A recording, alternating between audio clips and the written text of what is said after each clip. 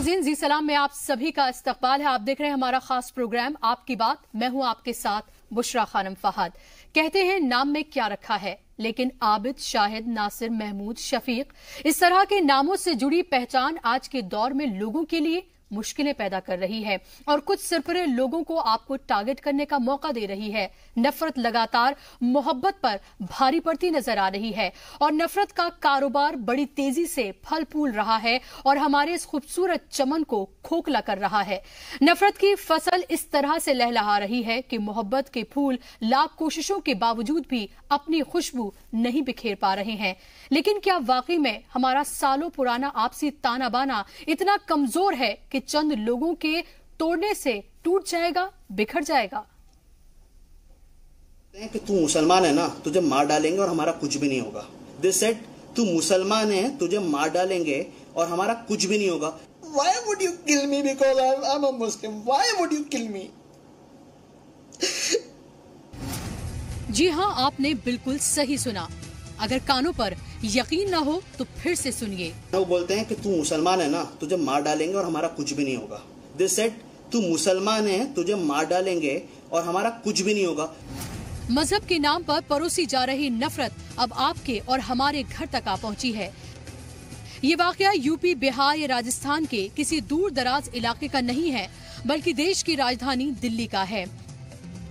जब आप हम सब लोग आजादी का जश्न मना रहे थे तो उसी दिन जामिया से सटे सराय जुलेना में कुछ लोग दाऊद को जान से मारने की धमकी सिर्फ इसलिए दे रहे थे कि वो मुसलमान है और एक मुसलमान की जान आजकल सबसे सस्ती है, जिसको मार देने पर कोई सजा भी नहीं होती। एक बार आप भी सुनिए कि दाऊद के साथ उस दिन क्या हुआ था। Today is 15th August and I'll tell you, I stay in an open roof apartment. सुबह से वहाँ पे ये एक फॉर्मेलिटी है, हर साल होता है कि अलग अलग बिल्डिंग वाले जो भी ओनर्स हैं, बच्चे हैं, जो उनके यंगस्टर्स हैं, जो भी है उनका, क्योंकि दिन ऑफ होता है तो दे ब्रिंग इन डीजे, वो डीजे लाते हैं, म्यूजिक लाते हैं एंड एंजॉय करते हैं, सेलिब्रेट करते हैं। एंड ट्रस्ट में मुझे उससे कोई दिक्कत नहीं है, ठीक है।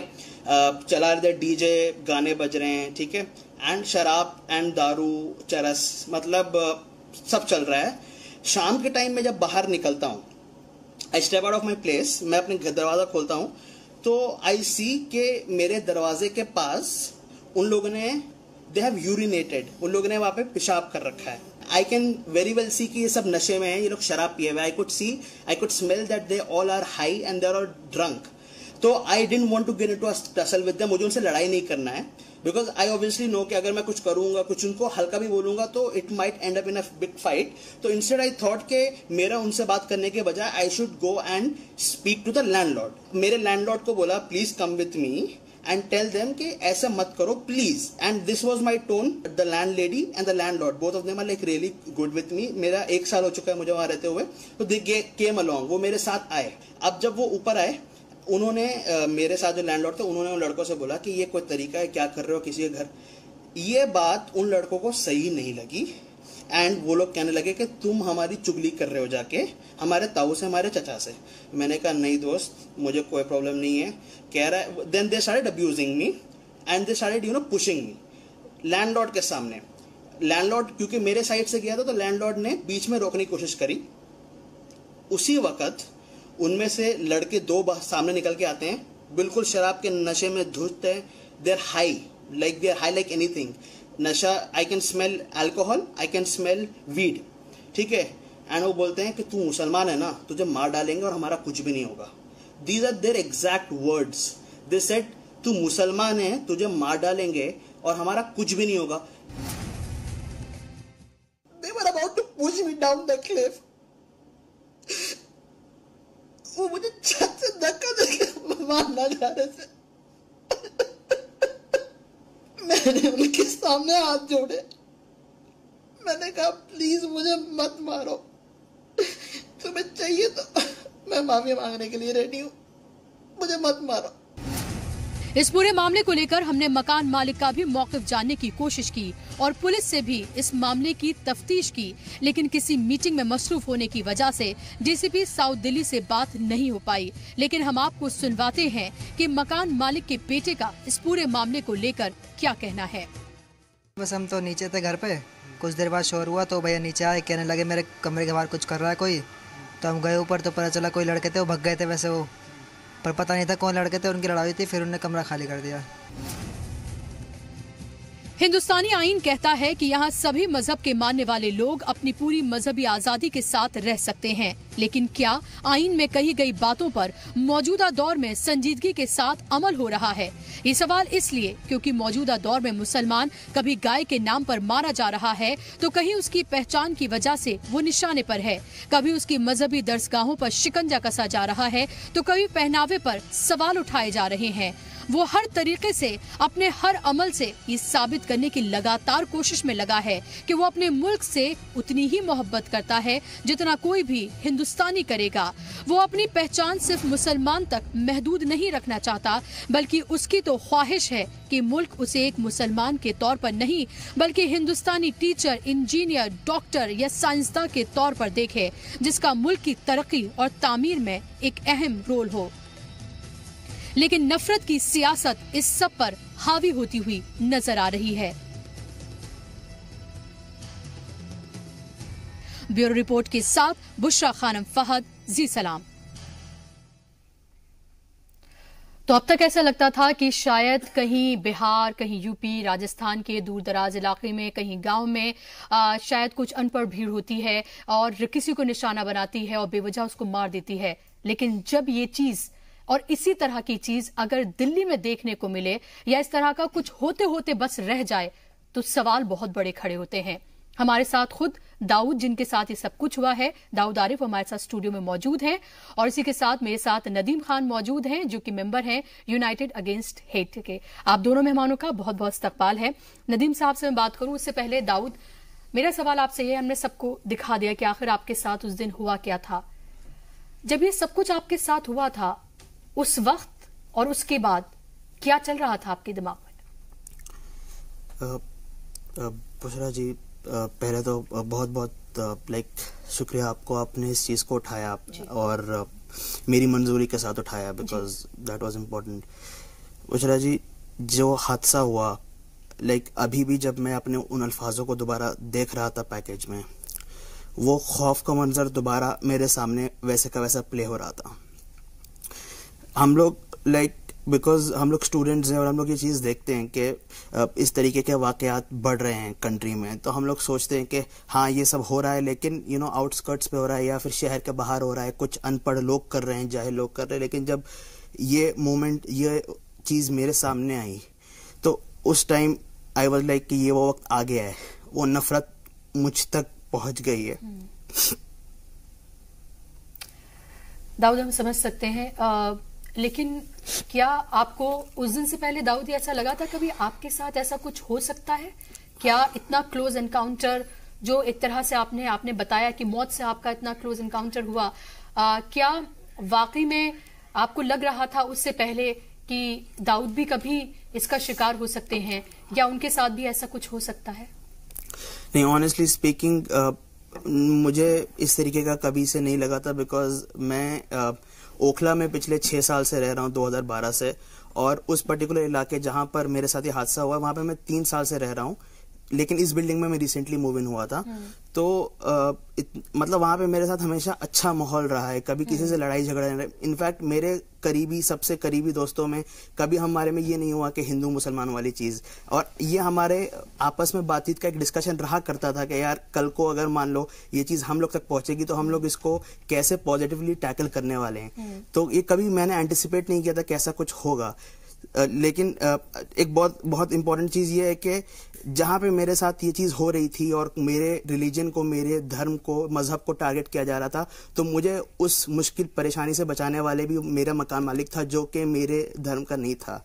तो उस टाइम मतलब एक तो बेशक the god was there with me उस वक्त, लेकिन वहां से मुझे नीचे लाया, मुझे मैंने उसमें अगर वीडियो आपने देखा हो तो आगे मैंने कहा कि ऑटो भी उन्होंने ही कराया मुझे। और बुशरा जी, मैं आपको बताऊं कि जब मैं मकान खाली करने गया था तो मेरी जो मकान मालकिन है, लैंड लेडी है, वो वहां रो रही थी आंसुओं से, एंड वो कह रही थी कि दाऊद, मैं तुम्हें दे रही हूँ भरोसा कि तुम्हारे साथ कुछ नहीं होगा, लेकिन जब एक खौफ बैठ जाता है एक चीज को लेके तो मुश्किल होता है कि उस चीज से निकलना। तो मेरे कहने का मकसद ये है कि नेगेटिव एलिमेंट्स हैं वहाँ पर, और हर सोसाइटी हर कम्युनिटी में है, लेकिन इससे मैं एक कम्युनिटी को बुरी नज़र से देखने लगूं ऐसा नहीं, मतलब that is not my perspective, ये मेरा सोचने का नजरिया नहीं है। क्या अभी भी आप डरे हुए हैं? डर लगता है अभी आपको? वो जब इंसिडेंट आपकी आंखों के सामने आ जाता है कभी सोते हुए कि क्या हुआ था आपके साथ, जिसको आपने कभी ख्वाब में भी शायद नहीं सोचा होगा कभी आपके साथ ऐसा होगा, डर लगता है अभी भी आपको? बाहर जाते में डरते हैं आप? कभी भी लगता है कि ऐसा फिर से फिर कुछ हो सकता है आपके साथ? ऑनेस्टली हाँ, डर लगता है, क्योंकि मतलब मेरा एक चीज़ है कि मेरा सोशल मीडिया पे जाने का यह मकसद था कि मेरे साथ जो हादसा हुआ मैं बता सकूं और ये बताऊं कि नफरत पहुंच रही है जिसको रोकना चाहिए।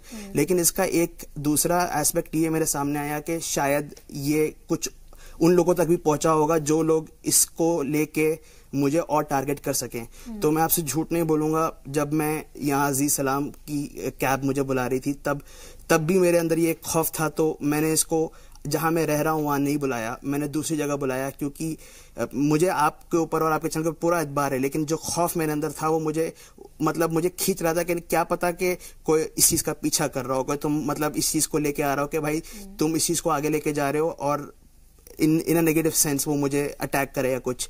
तो अभी भी यहाँ से लौटने का भी मेरे अंदर ये खौफ है कि यहाँ से, बिकॉज ये लाइव जा रहा है, क्या पता कोई एंटी सोशल एलिमेंट्स मुझे ट्रैक कर रहे हो। तो अभी भी मैंने यही मेरा इंटेंशन है कि मैं वहां ना जाऊं जहां मैं रह रहा हूं। तो ये खौफ मेरे अंदर अभी भी है।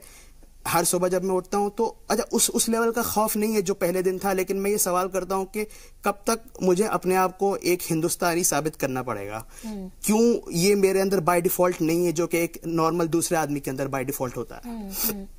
क्या आपको लगता है क्योंकि आपका मजहब जो है वो आपको टारगेट करने की आपको वजह बना और इसीलिए आपको अपनी हुब्बुल वतनी, अपनी देशभक्ति साबित करनी पड़ रही है जैसे और दूसरे लोगों को नहीं करनी पड़ती? बिल्कुल। मैं कोई पॉलिटिकल स्टेटमेंट नहीं देना चाह रहा हूं, लेकिन जिस तरीके का माहौल है, जिस तरीके की नफरत थाली में परोसी जा रही है हर किसी को हर वक्त अलग अलग जरियों से, उसकी वजह से अगर वो ये खाली एक लड़ाई झगड़ा होता तो शायद मैं उस वक्त वहां पे नहीं रोता, शायद मैं ये वीडियो नहीं डालता। लेकिन जब वो अल्फाज इस्तेमाल किया गया, मुसलमान है तू, ठीक है, और इस तरीके की जब वो बात की, वो पॉइंट था जब मैं उसको आगे नहीं ले पाया, जब मैं बिल्कुल रोने लगा और गिड़गिड़ाने लगा। तो वो गूंजते हैं आपके जहन में वो अल्फाज की, जिस तरह से आपने वीडियो में भी कहा है, तो क्या वो गूंजते हैं आपके जहन में वो अल्फाज, वो तमाम चीजें जो कभी आज तक आपके साथ नहीं हुई थी और अचानक से जिनकी वीडियोस आप दूसरों की देख के शायद शेयर करते हो, देखते हो, अफसोस करते हो, और वही उसी तरह की कुछ चीज आपके साथ हो जाए? बुशरा जी, अगर मेरा फेसबुक का टाइमलाइन अगर आप खोलें तो मैंने एक दिन पहले 13 अगस्त को मैंने ऐसी पोस्ट किया था, एक दिन पहले हादसे के मैंने एक पोस्ट लिखा था जिसमें मैंने कहा था कि जब उमर खालिद के ऊपर एक अटैक हुआ था तो मैंने कहा था कि today it was Umar, tomorrow it can be me, happy independence day. और कब उस वक्त आपने सोचा नहीं होगा कि ऐसा कुछ होगा? उस वक्त शायद सिर्फ आप अपने जज्बात लिख रहे होंगे, लेकिन आपने नहीं सोचा होगा कि अगले ही दिन 2 दिन बाद आपके साथ ऐसा हो जाएगा। बिल्कुल बिल्कुल। फिर कुछ दोस्तों ने उसको दोबारा निकाल के शेयर किया एंड तब मुझे लगा कि शायद वो चीजें जो हम समझते हैं हमसे कोसों या मीलों दूर है, वो शायद हमारे आसपास ही पनप रही है और हम उसको नहीं जानते। बिल्कुल। तो आप दाऊद को सुन रहे हैं और ये असल है, ये असली है, यहाँ पर ये दिस इज फॉर रियल, और ये दिल्ली में हुआ है, दाऊद के साथ हुआ है। शायद दाऊद ने कभी ख्वाब में भी नहीं सोचा होगा कि उनके साथ ऐसा कुछ होगा, लेकिन वाकई में उनके साथ हुआ। तो वाकई में जो नफरत है वो आपके और हमारे दरवाजे तक आ पहुंची है। नदीम साहब से मैं बात करूंगी कि किस तरह से क्या इसका हल निकाला जा सकता है, आखिर क्या करने की जरूरत है, क्यों ये लगातार बढ़ रहा है, इस पर मैं बात करूंगी। लेकिन फिलहाल वक्त मेरे लिए हो गया यहाँ पर एक बहुत छोटे से ब्रेक का, कहीं जाएगा नहीं, जल्द लौट रहे हैं।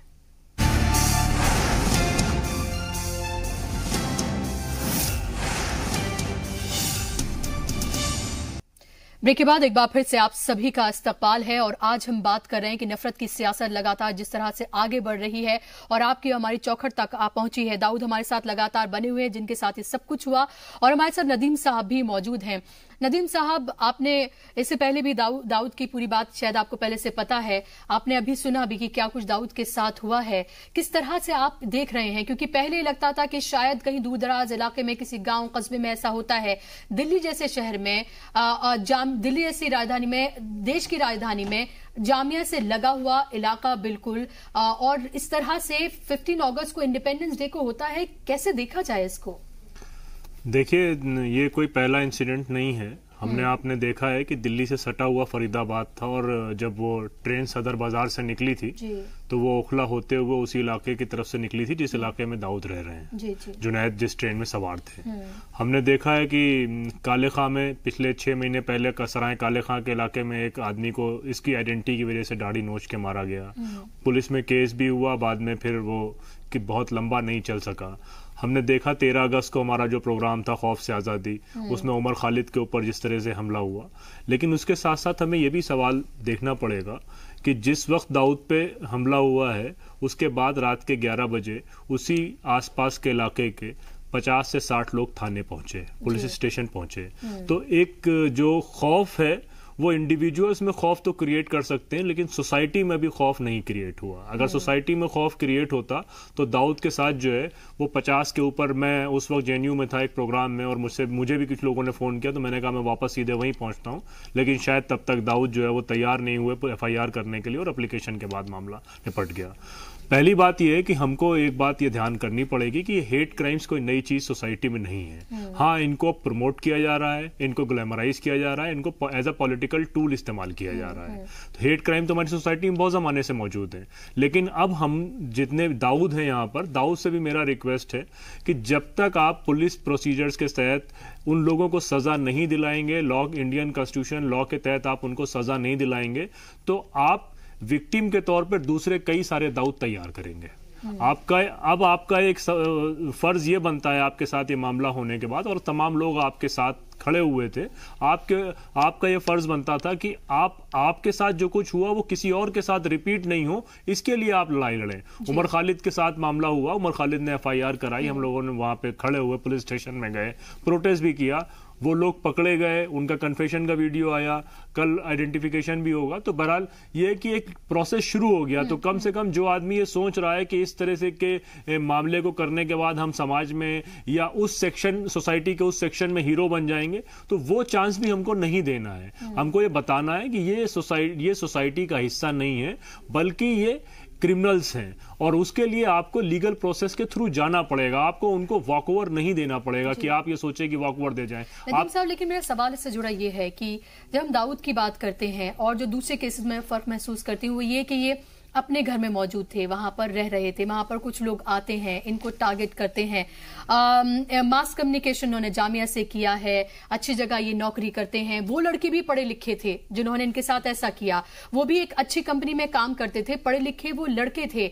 तो सवाल ये उठ रहा है आजकल कि क्या अब ये तमाम चीजें जो नफरतें हैं, क्या इतनी ज्यादा एक खास मजहब को लेकर फैल रही हैं कि पढ़े लिखे तबके से लेकर नौजवान लोगों में, जिनकी आपस में दोस्तियां हुआ करती थी, जो बडीज हुआ करते थे, क्या ये वहां तक पहुंच गई है वाकई में? उससे आगे निकल गई है। सोसाइटी में जितना हेट्रेड फैल गया है, लोग कहते हैं कि वो फला इलेक्शन हो जाएगा, इससे बात हो जाएगी, या ये चीजें हो जाएंगी। आप पूरी सोसाइटी में कहीं पर जाके देखें, एक दूसरे पे ट्रस्ट नहीं रह गया। 80 साल का आदमी जो है वो दौड़ाकर पीटा जाता है, दौड़ा लिया जाता है, वो किसी के फ्यूनरल में आया हुआ होता है।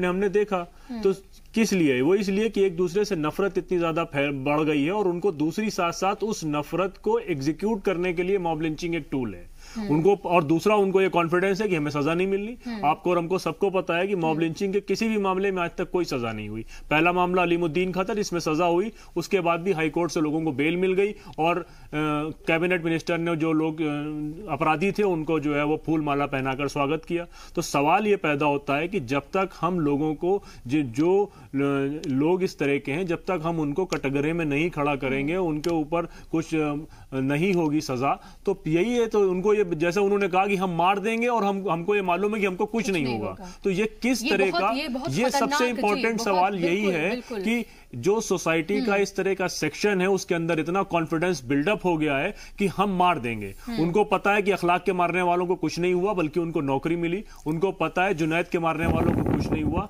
उनको पता है पहलू खान के मारने वालों को कुछ नहीं हुआ, उनको पता है कि मोहसिन शेख का केस इनके केस से बहुत मिलता जुलता था। मोहसिन शेख पूना में एक IT कंपनी में इंजीनियर थे, सॉफ्टवेयर इंजीनियर थे, नमाज पढ़ के निकल रहे थे और उनको मार दिया गया। और उसके बाद सोशल मीडिया में लिखा गया पहला विकेट गिरा दिया गया। 13 के 13 लोग एक्यूज थे, सबके सब बाहर हैं। तो सबको ये मालूम है कि जब मोहसिन शेख के मारने वालों को कुछ भी नहीं हुआ, तो अगर कल को हम दाऊद को, नदीम को, आपको, किसी और को मारेंगे तो हमको कुछ नहीं होगा। और साथ साथ हमको एक सेक्शन ऑफ द सोसाइटी से हीरो बनाया जाएगा। आपको और हमको मालूम है कि हापुड़ की लिंचिंग में जहां कासिम मारा गया और समयदीन घायल हुए, तो उन्होंने कहा कि हमारा तो समाज में स्वागत हुआ, हमारा ढोल ताशों के साथ स्वागत हुआ, हमारे टीके लगाए गए, हम तो हीरो की तरह इमेज बनाई गई। तो हमको यह भी दूसरी तरफ से एक देखना है कि हमारा वाकई इस पॉलिटिकल स्टंटबाजी के लिए या कुछ राजनीतिक लाभ के लिए, पॉलिटिकल प्रॉफिट के लिए हमने सोसाइटी को कहां ले जाके खड़ा कर दिया है। जी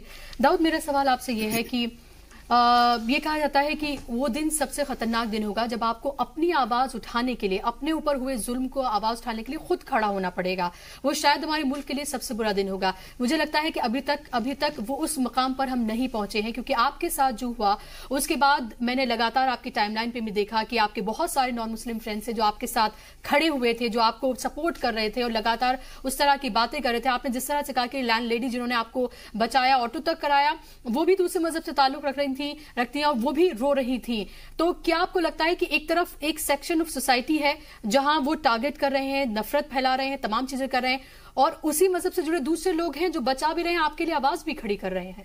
जी बुशरा, ये बात आप बिल्कुल सही कह रहे हैं। जब ये हादसा मेरे साथ हुआ उसके बाद से 2 दिन 3 दिन, आज का दिन भी है, मेरे पास हज़ारों कॉल्स आ चुके हैं, फेसबुक पे मैसेजेस आ चुके हैं। एंड ये मैसेजेस मतलब ये नहीं कि आई एम विथ यू, मैं आपके साथ हूँ। मेरे पास मतलब लंबे लंबे मैसेजेस आए हुए हैं इस चीज़ को लेके कि तुम अकेले नहीं हो। इसमें से बहुत सारे लॉयर्स मेरे साथ है, जैसे नदी भाई कह रहे थे कि वहाँ पर भी 40 से 50 लोग मेरे साथ में वहाँ पे जमा हो गए थे, जिसकी वजह से वो हौसला मेरे अंदर दोबारा आया। दोबारा हौसला ये आया कि मैं ये शहर छोड़ के नहीं जाऊँ। बुशरा जी, अगर मैं, आप जानते हो या अगर आपने सोच के ऊपर देखा हो, तो मेरी फैमिली यहाँ नहीं रहती है, मेरी फैमिली बाहर रहती है। तो सबसे पहला मतलब किसी के माँ बाप के लिए भी सबसे पहला ये होगा कि मेरा बच्चा सेफ रहे। तो उनका ये था कि तुम वापस आ जाओ, तुम्हें लाइक तुम्हारा करियर स्टार्ट हुआ, ठीक है, लेकिन जब आप सेफ नहीं होंगे तो आपको क्या मतलब वहां पे कर पाओगे। लेकिन मैंने उनको यही बताया, मैंने कहा कि 1 2 4 10 15 20 लोग हैं, ये बढ़ रहे हैं, दैट इज वेरी कॉशियस। लेकिन दूसरी तरफ इतने सारे ऐसे लोग हैं, मतलब मेरे साथ के जो मेरे को-वर्कर्स हैं, जो कि मुस्लिम्स भी हैं, नॉन मुस्लिम्स भी हैं, वो उन्होंने बोला कि आप मुझे एक कॉल करो, हम तुम्हें लेने आ रहे हैं, तुम हमारे घर पे रहो, जब तक रहना है रहो, हमारे फ्लैट्स खाली है वहां पर रहो। तो ये मतलब बेशक, लेकिन एक चीज छोटी सी ऐड करना चाहूंगा, नदीम भाई जो कह रहे हैं कि पुलिस के थ्रू एक्शन, नदीम भाई वो आपकी बात बिल्कुल सही है, लेकिन कुछ केसेस में, जैसे कि मैं अपने केस में बता रहा हूं कि शायद मैं उतना केपेबल नहीं हूं कि मैं उसको एंड तक एग्जीक्यूट कर पाऊंगा। प्लस अगर जैसे आपने खुद बताया कि ऐसे इन किस्सों में हुआ है, लेकिन इसमें जो है लाइक वो लोग बाहर घूम रहे हैं, रिजल्ट कुछ सामने तो नहीं आ पाए, और उल्टा जो विक्टिम है उसको और विक्टिमाइज किया गया है। तो ये कुछ चीजें थी जो मेरे दिमाग में उस टाइम चल रही थी। प्लस सबसे बड़ी मेरे उस वक्त डर ये था कि जब मैंने पुलिस को फोन किया, और जो मैंने अपनी वीडियो में भी बताया है, लगभग 42 मिनट तक नहीं, 42 मिनट तक। से बात है कि इस तरह का खौफ है। दाऊद, माफ कीजिएगा, मेरे पास वक्त की कमी है, इसलिए मुझे आपको रोकना पड़ रहा है। मैं समझ सकती हूँ कि आपके जज्बात, एहसासात जो है वो इस वक्त सामने आ रहे हैं। आप दोनों तरीके से अपनी बात को सामने रख रहे हैं। डर और खौफ तो है ही, लेकिन उसके साथ साथ जिस तरह से लोग आपके साथ आकर खड़े हुए हैं, उसने आपको हौसला भी दिया है। बहुत बहुत शुक्रिया नदीम साहब, दाऊद, आप दोनों का ही स्टूडियो में जुड़ने के लिए। तो आपने देखा कि किस तरह से दाऊद के साथ जो हुआ है वो कल को आपके साथ भी हो सकता है। तो यहाँ पर जरूरत है सबको मिलकर खड़े होने की, और इस नफरत का जवाब जो है वो मोहब्बत से देने की, क्योंकि मोहब्बत ही एक ऐसी चीज है जो नफरत को जड़ से खत्म कर सकती है। इसी के साथ हमारे आज के इस प्रोग्राम में बस इतना ही।